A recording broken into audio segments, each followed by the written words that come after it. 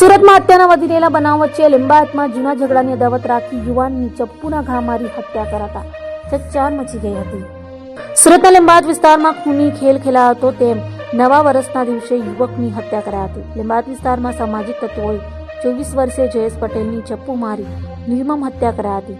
વિશાલ વાઘ, રાકેશ ગોરખ સહિત 8 લોકો સામે પરિવારનો હત્યાનો આક્ષેપ કરાયો છે.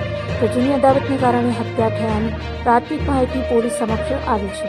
હાલ તો પોલીસે લાશનો કબજો લઈ તપાસ હાથ ધરી છે. તો મૃતકની 2.5 વર્ષની બાળકી અનાથ થતા પરિવારજનો પર આપ તૂટી પડ્યો છે. જી, મારું નામ સાગરબી સાલુંકે છે.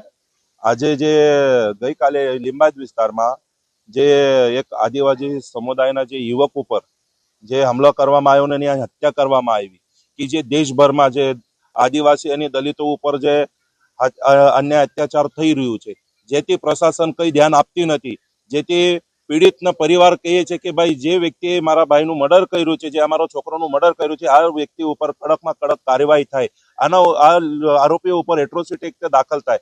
પણ છતાં જે તંત્રના અધિકારીઓ છે આના ઉપર કંઈ ધ્યાન આપતા નથી. કેવી રીતે ચાલી રહ્યું છે દેશભરમાં કે જેથી દલિત પીડિતોને ઉપર જ્યારે અન્ય અત્યાચાર થાય ત્યારે સુધી કોઈ આવતું નથી. આની ખોટી રીતે જેથી ગરીબના યુવકોને મારવામાં આવે, આની હત્યા કરવામાં આવે, તો પણ તંત્ર ઊંઘેલું હોય. આના પાછળ કોનો હાથ છે?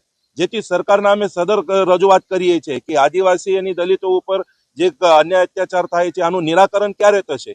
અમે આની આશ જોઈ રહીએ છીએ. પણ તો પણ અથવા જે જયેશ પટેલ ઉપર જે હત્યા કરવામાં આવ્યું છે, તો અમારે બધાની એક જ માંગણી છે કે જે હત્યા કરનાર છે, જેથી આને ખબર પડે છે કે આ એક બુટલીગર છે, આનો મોટો દારૂનો અડ્ડો છે, તો પણ અથવા આ લોકોની તાકાત કઈ રીતે મળે છે?